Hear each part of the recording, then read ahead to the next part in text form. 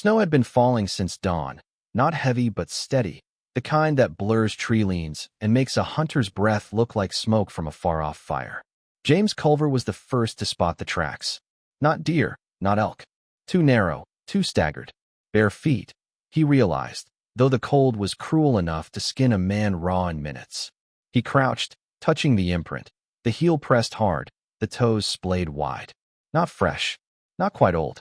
Child, he muttered. Dr. Schuyler, pausing behind him, pulled his scarf tighter. Or a trick, he said. Men in these woods leave strange signs.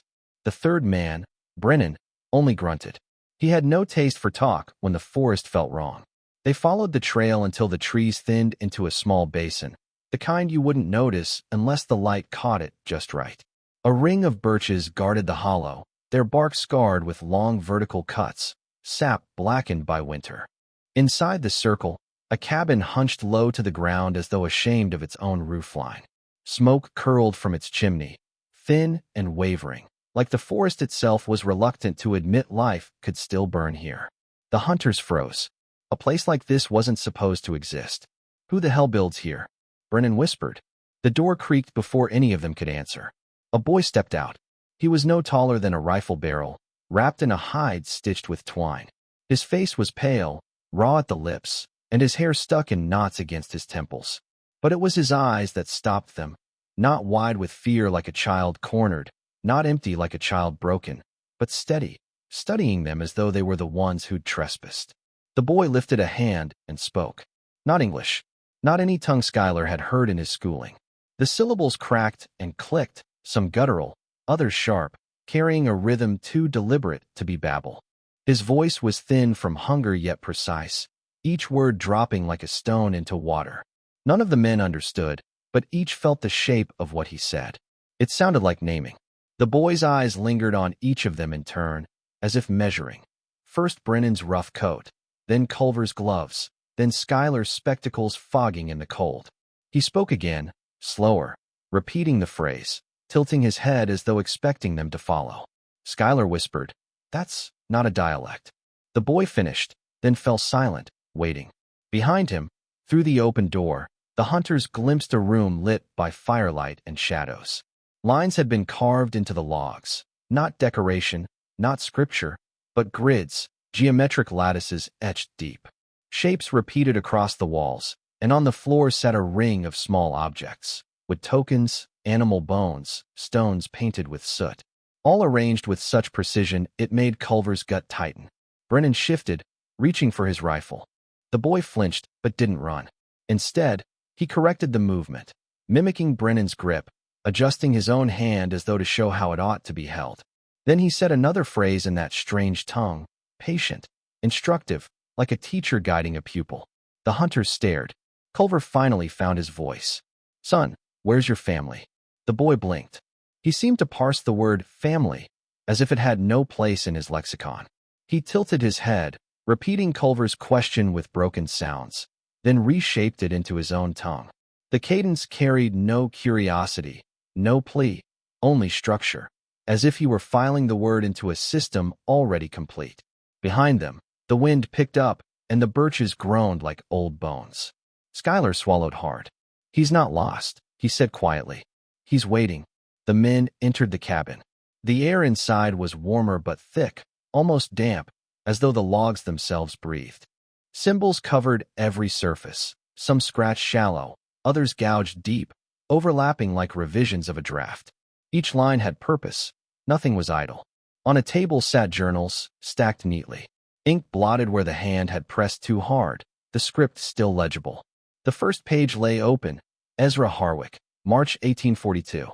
The handwriting was neat, even beautiful. A teacher's hand. Culver ran his finger down the page.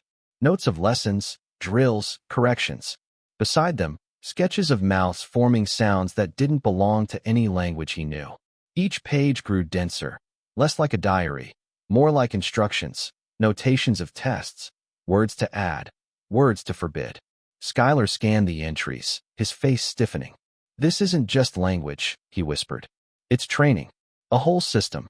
At the hearth, the boy crouched silently, tracing one of the floor markings with his finger. His lips moved without sound, as though reciting from memory.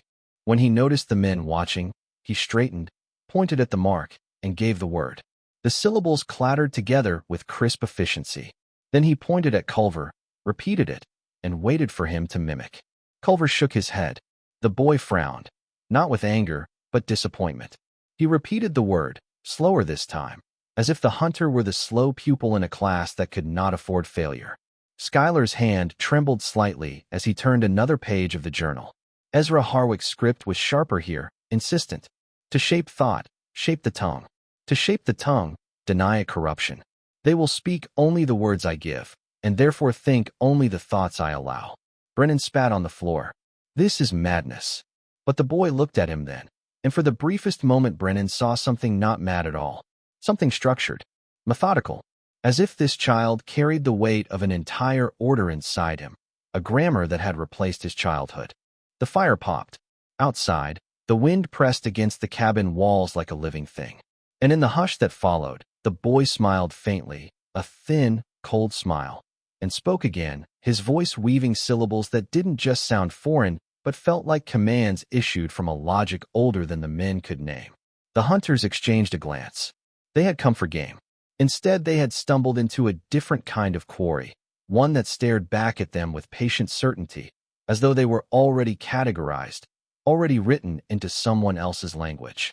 None of them said the truth aloud, but each felt it settle like frost in the lungs. They had not found this boy. He had been waiting for them. The cabin felt smaller the longer they stayed inside.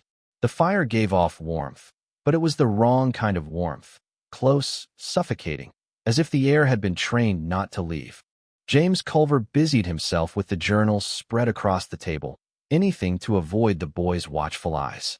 Brennan stood guard by the door, muttering under his breath that they should take the child out, leave this place behind, and let the valley rot with its secrets. Schuyler ignored him. The doctor's fingers traced Ezra Harwick's script with a fascination edged in dread. The boy crouched on his haunches near the hearth. He did not move like a starving child, though hunger was in his cheeks and wrists. He moved with control, like each gesture had been drilled 1,000 times. Every so often he glanced at the men, lips shifting silently, as if rehearsing words that might pass between them. At last he spoke again. A single syllable, sharp as flint. He pointed at the fire, then repeated it. Schuyler looked up. He's naming it. The boy pointed again, more insistent this time, and waited. Go on, Schuyler urged softly, eyes fixed on Culver. Say it back. Culver scowled. Hell, I will. The boy's expression didn't change.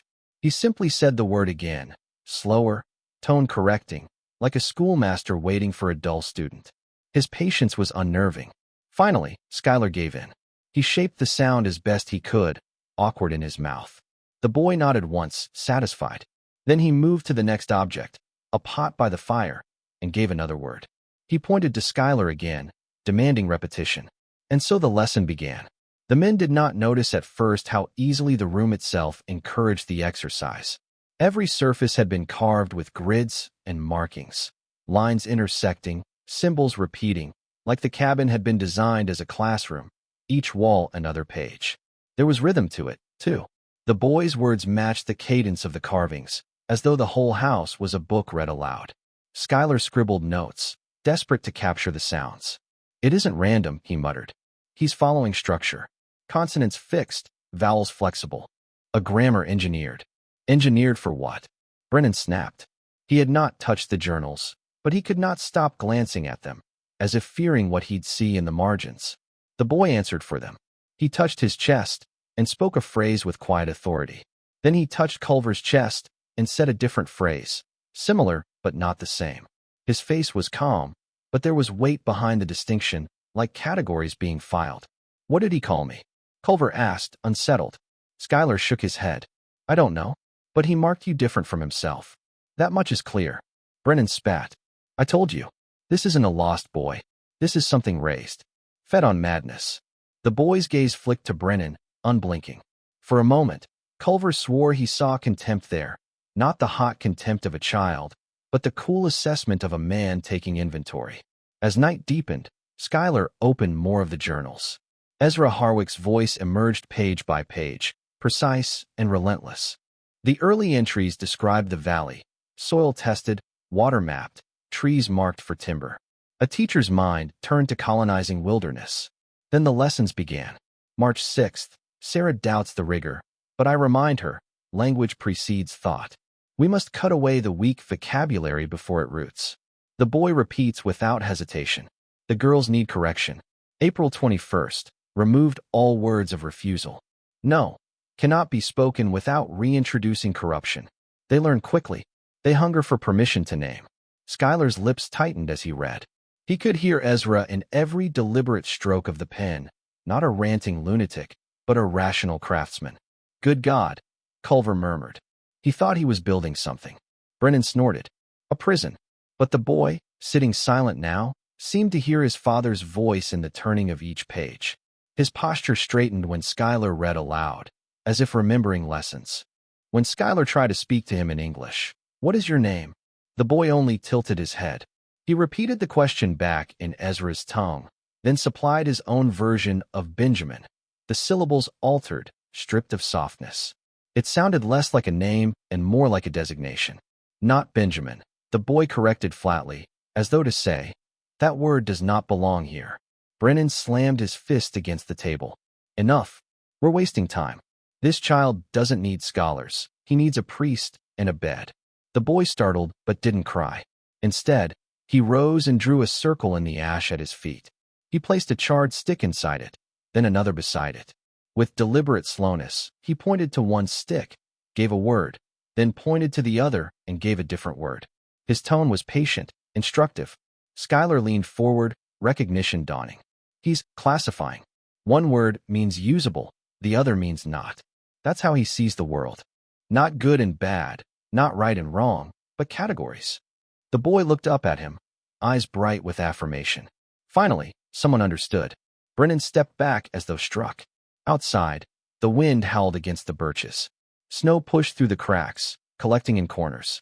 The men argued in low voices, whether to stay the night, whether to carry the boy out immediately, whether to leave the valley sealed in silence.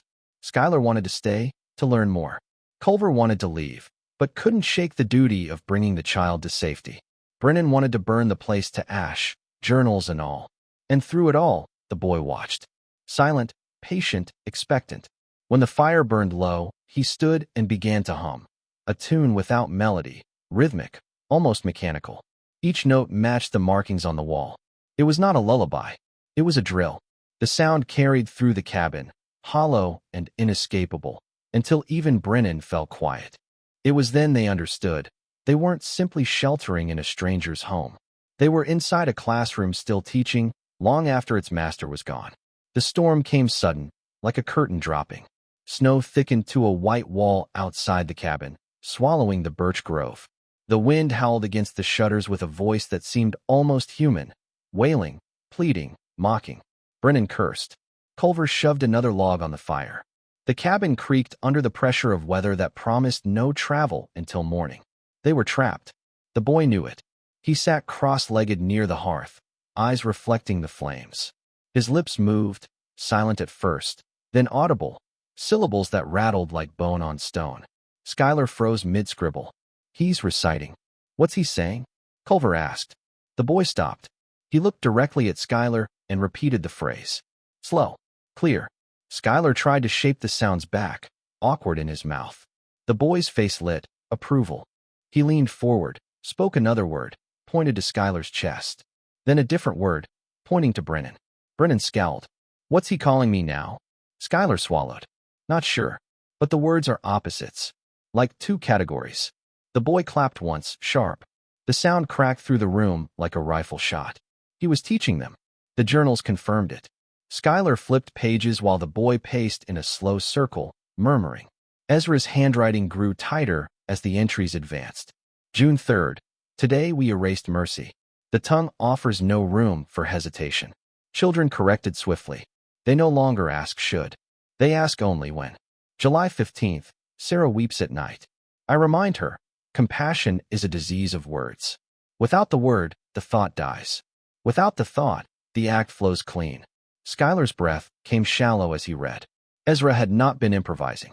He had been building a machine out of language, a mechanism that filtered reality into categories of use. And Benjamin was the living result. The boy stopped his circling. He lifted one of the tokens from the floor, a carved piece of wood, blackened on one side. He held it up, gave its word, then placed it gently into Culver's palm.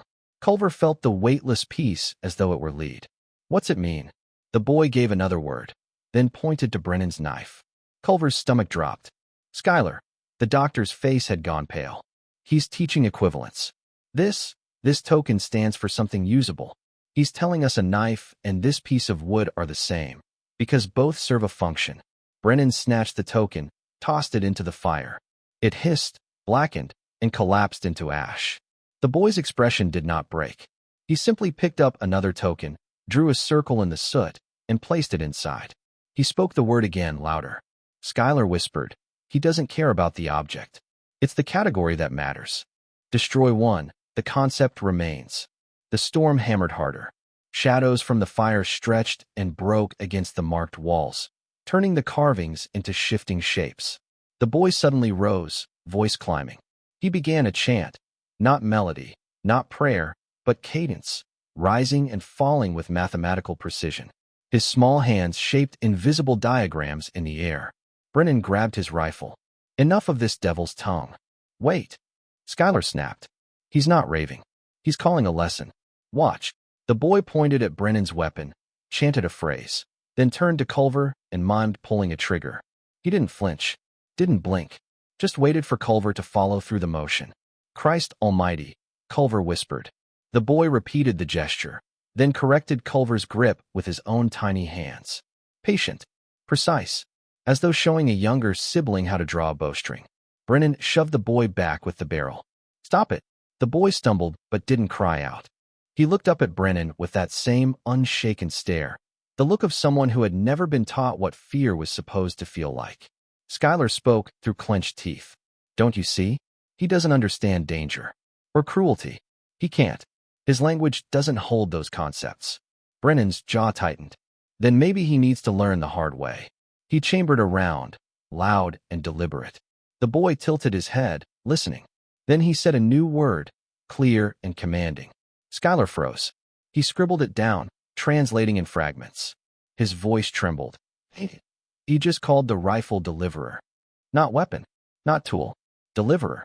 The boy smiled faintly, repeating the word. Outside, thunder cracked. Inside, 3 grown men stood paralyzed by a child no taller than their rifles, teaching them to see their own world through categories that stripped away morality.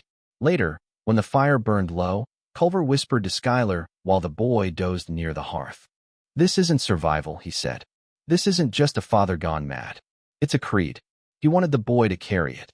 Skylar nodded grimly. "And he's succeeding. Look at him. Hungry, half frozen, yet every move is instruction. He's not waiting for us to teach him. He's waiting for us to join the lesson." Brennan spat into the ash. "Over my dead body." The boy stirred, eyes opening just enough to watch them. And for the first time that night, Culver felt the horrible certainty that Brennan might be right. That dead body was not a metaphor here. Because the boy wasn't only repeating what he'd been taught.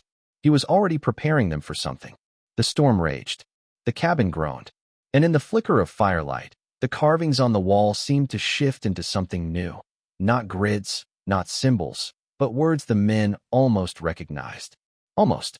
Skylar leaned closer, whispering like a man afraid the walls were listening.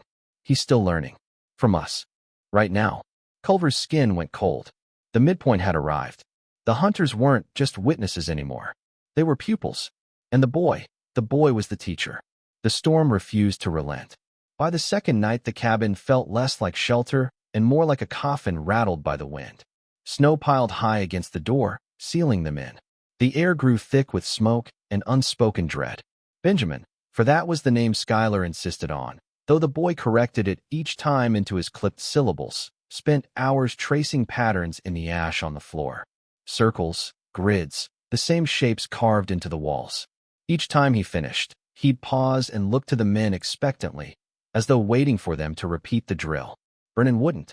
Culver tried once, half-hearted, then stopped when the boy smiled at him with quiet approval. That smile shook him more than any scowl. Skylar, however, leaned into the lesson. He mimicked the words, clumsy but eager, scribbling notes in the margins of Ezra's journal. The boy rewarded him with patient correction, nodding, guiding. Teacher and pupil reversed. You're encouraging him, Brennan growled. I'm understanding him, Skylar snapped back. If we want to save him, we need to know the structure he lives inside. Save him? He's not lost, Doctor. He's made. And I'll be damned if I let him make us the same. The boy listened in silence, eyes flicking between them, recording, categorizing. Later, when the others slept in uneasy shifts, Culver woke to the sound of humming. Benjamin sat cross-legged by the dying fire, voice low, rhythmic. Culver almost told him to hush until he noticed the boy's eyes glistening in the orange glow. Not blank, not steady, wet. Tears streaked his cheeks, silent but real. Culver sat up slowly. Boy, Benjamin, startled, wiped his face roughly with the back of his hand, then straightened his posture into that rigid discipline again. He said a phrase, sharp, final, as though sealing the moment away. What was that? Culver pressed gently. Benjamin shook his head. Then, in halting English, his voice thin as paper. No word. Culver's chest tightened. No word for what you feel. The boy said nothing, just repeated, no word. Then he turned back to the ash and began drawing again, faster this time, frantic strokes. Circles, grids, lines intersecting, as if burying the tears beneath geometry. Culver lay back down, eyes burning. He did not sleep. By morning, Brennan's temper broke. He slammed Ezra's journal shut and flung it across the room. This ends now. When the storm clears, we leave. We take the boy, we bury this place, and we burn every cursed page left behind. Benjamin flinched at the sound of the book hitting the wall. His gaze darted to the scattered pages like a child watching a toy break. He scrambled forward, gathering them with desperate care, stacking them neatly again. Brennan sneered. See? He's not mourning a father. He's guarding the creed. But Skylar leaned close, watching Benjamin's trembling hands. No, look at him. That's not creed, that's attachment. He's afraid of losing it. It's all he has left. Benjamin looked up then, meeting Skylar's eyes. For a heartbeat, something flickered there. Not command, not certainty, but loss. The bare humankind. Skylar whispered. He remembers. The journals grew darker as the men read further. Ezra's voice, once methodical, hardened into law. October 2nd, Sarah resists. She clings to old words. Mercy, kindness. I erase them in the children's mouths, but she sneaks them back at night. I cannot allow interference. Correction must be absolute. November 10th, she is gone now. The children speak cleanly. The house is pure. Skylar closed the book, his hands shaking. Gone. He doesn't say how. Just gone. Benjamin had curled up in the corner, his face unreadable. But when Skylar whispered, Mother, the boy twitched. His lips moved silently, shaping a word that had no sound. Then he shook his head again, violently, as if choking it back. Culver pressed his fists into his eyes. Dear God. Brennan's hand hovered on his rifle. You see? That's why he can't be saved. You can't put back what's been cut out. But Skylar's voice was sharp, defiant. And you'd rather finish the cutting yourself? The boy's gaze darted between them again, watching, weighing. That night the tension boiled over. Brennan rose, rifle in hand, muttering prayers under his breath. This place isn't just a house. It's a contagion. Every minute we stay, it spreads. Culver stepped in his path. Don't. I will. Burn the books. Burn the carvings. Before he teaches us things we can't unlearn. Skylar shoved between them. No. Knowledge isn't the contagion, ignorance is. If we destroy this, we'll never know how to free him. Benjamin stood now, small body taut, eyes wide not with fear, but with alert readiness. He spoke a command in his language, firm, clear, a word the men could not translate but instinctively understood. Stop. The three froze. For a breathless moment, it was the boy who held authority in the room. Then, slowly, he lowered his hand. His eyes softened, almost pleading. In a whisper of broken English, he said, Don't burn. Please. The word please cracked the air like thunder. The men stared, shaken. Brennan lowered his rifle, but only a fraction. Culver's heart pounded. Skylar nearly wept. There it was, the fissure in Ezra's grand design. A word of mercy. A word of appeal. A word not supposed to exist. But the danger deepened too. For with that single word, Benjamin revealed two truths at once. He was not beyond saving, and he knew how to manipulate them. The storm howled louder outside, pressing against the cabin walls like a beast straining at its cage. Inside, 3 men and 1 boy stood locked in a silence that felt like the pause before collapse. Schuyler clutched the journals to his chest. Culver couldn't look away from the boy's trembling lips. Brennan's grip on his rifle tightened, and Benjamin, small and still, stared at the fire as though deciding whether to keep the word alive or bury it forever. The lesson had shifted. Now the teacher was learning, too. The storm broke at dawn. The silence was worse than the howling had been. No more rattling shutters, no groaning timbers, just a dead stillness, as if the world itself was waiting. The men stood at the door, testing it against the snowdrift. They could force it open now. Escape was possible, but none of them moved. Benjamin sat on the floor, tracing a fresh circle in the ash. His small hands trembled, though his face showed nothing. When he finished, he placed a stone inside the ring and looked up, expectant. "Not again," Brennan muttered. "I'm done with this." The boy repeated the word for the stone. Then, with deliberate slowness, he pointed to Brennan. Culver's stomach lurched. "What does that mean?" Schuyler's lips parted in horror. "He's classifying him, putting him in the circle. Same category." Brennan's face darkened. "Enough." He raised his rifle. "Don't," Culver snapped. But the boy spoke again, louder, urgent, his small body rigid with command. Schuyler whispered, voice trembling. "He's naming you, Brennan. He's saying you're ready." The words hit like ice water. Brennan's hands faltered. His anger flickered into something colder, fear. "Ready for what?" he demanded. The boy did not answer. He only stared, patient, unblinking, as though waiting for Brennan to complete the lesson himself. Schuyler's voice shook. "This is it. Ezra's design. They were never supposed to see people as people. Just stages. Prepared. Unprepared. Usable. Not." Brennan stepped back, rifle still raised. "He's not a boy. He's a blade with legs." Benjamin's lips trembled then.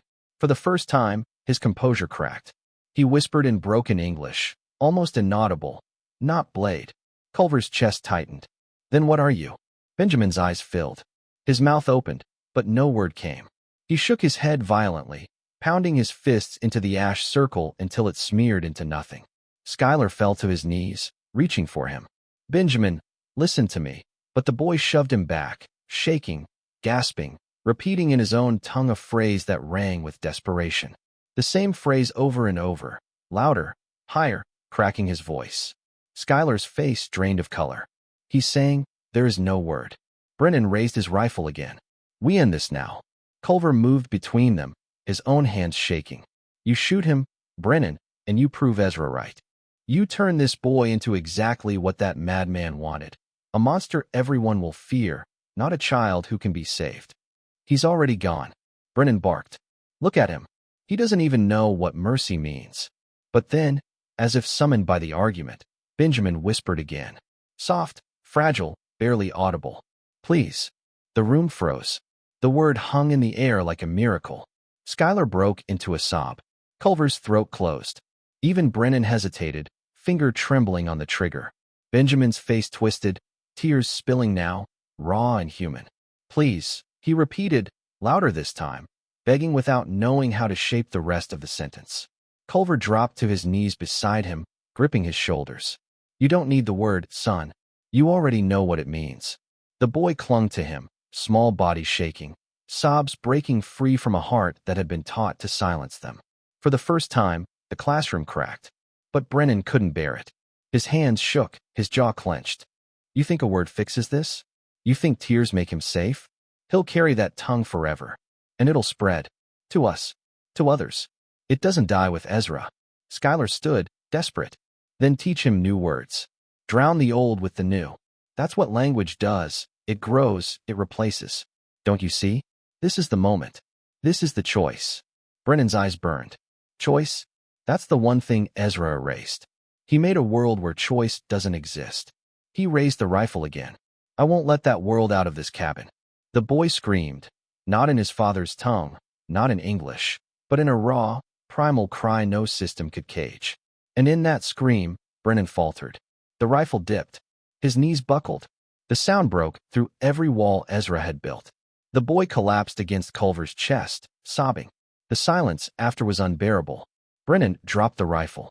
His shoulders sagged, his face hollow. "God help us all," he whispered. Skylar's hands shook as he clutched the journals. He spoke a word Ezra never gave him. "That's proof enough." Culver stroked the boy's tangled hair. "No, that's more than proof. That's hope." Benjamin, still weeping, whispered the word again, "Please," as though testing it, tasting it, giving it life each time he said it. And for the first time since they entered the valley, the fire felt warm. Outside, the storm was gone. The birches stood in silence, their scars black against the snow. Inside, the cabin no longer felt like a classroom. It felt like a battleground, scarred but not yet decided. The boy had spoken. The men had heard. What came next would decide whether Ezra's design lived on or finally broke. The storm had passed, but the silence it left was heavier than snow. When the men forced the door open, the world outside looked untouched, as if no storm had ever existed. The valley stretched pale and still, birches standing guard with their scarred bark. Smoke from the cabin drifted lazily upward, a thin, fragile thread against the winter sky. Benjamin clung to Culver's hand as they stepped out. His fingers were cold, small bones fragile as kindling, but the grip was steady. He did not speak. The word he had learned the night before still trembled on his lips, as though to repeat it too soon might strip it of power. Brennan trailed behind, rifle slung but heavy, his face hollowed by the weight of choices left unmade. He did not look at the boy. He did not look at the cabin either. For him, there was only forward, one step after another, as if motion itself could absolve. Skylar carried the journals. He had tried, briefly, to leave them in the ashes. But when he set them down, Benjamin had looked at him, not pleading, not commanding, only waiting, and Skylar had realized that destruction would not erase what was already inside the boy. If the system could not be undone, it had to be understood. Knowledge was the only weapon they had left. So he bore the burden, pressed tight to his chest like a second heart. The valley resisted their leaving. Paths vanished beneath snow. The birches seemed to shift, repeating themselves, a forest of mirrored trees. Culver swore he saw symbols scratched into trunks that hadn't been marked before. Each step forward felt like trespassing deeper into Ezra's map instead of out of it. Benjamin walked quietly, eyes flicking from tree to tree. Once, he murmured a word, one of his father's words, and Skylar caught it, scribbling frantically. But Culver hushed him. "Not now," he said. "Let him just be a boy." For a moment, Benjamin smiled, faint, unsure, but real. It vanished as quickly as it came. They camped at the ridge that night, the cabin lost behind them, buried in white. Brennan drank in silence, his hands unsteady. "You think the word fixes him," he muttered at last. "But one word doesn't undo years of lessons." "No," Skylar admitted. "But it begins something new.